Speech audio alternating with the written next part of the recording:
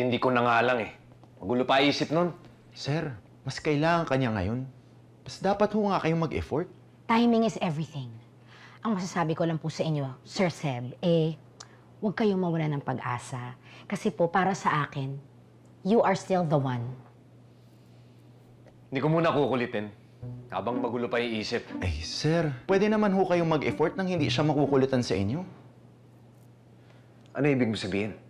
Nakausap niyo ho ba si Ma'am Pia? Oo nga, sir.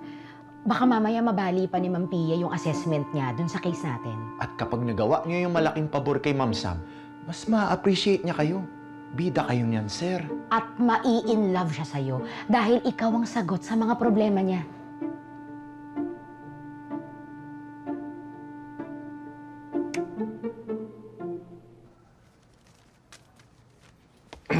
Ma'am Pia. Ma'am Pia. Pia na lang. Tayong dalawa lang naman nandito. I'd rather call you Ma'am Pia.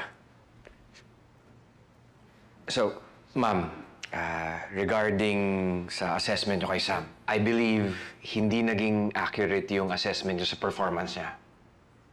Bakit ba masyado kang concerned sa kanya?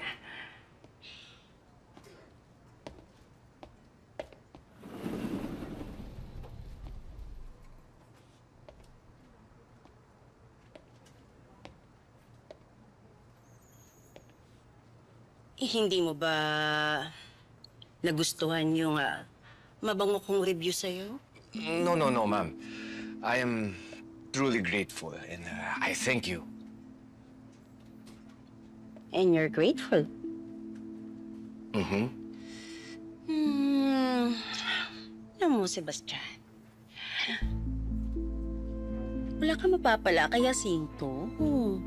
Mataas ang tuktok ng NCIA ladder.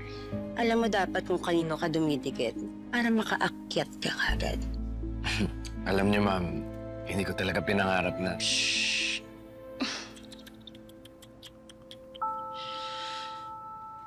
Lahat gustong makapunta sa tuktok. Nasa taas ako. Maniwala ka, Sebastian. Masarap dito. Masarap na masarap. Marami akong kayang gawin para sa'yo. Magsabi ka lang.